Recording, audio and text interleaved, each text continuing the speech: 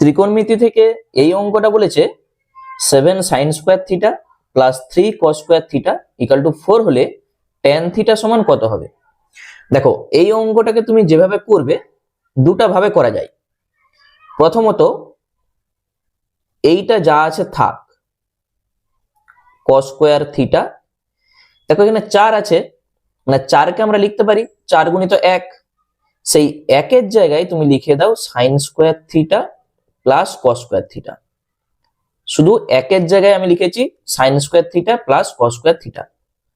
বা তাহলে এই যে 4 sin স্কয়ার থিটা যখন এ পাশে আসবে মাইনাস হয়ে চলে আসবে, তাহলে 7 sin square theta minus 4 sin square theta. ডান দিকে 4 cos স্কয়ার থিটা তো আছেই, আর এইটা যখন এ পাশে লিখবো মাইনাস 3 cos স্কয়ার থিটা। তাহলে এখানে 7 থেকে 4 বাদ দাও 3 আসবে sin স্কয়ার থিটা, আর 4 থেকে 3 বাদ দাও 1 আসবে, মানে শুধু cos স্কয়ার থিটা।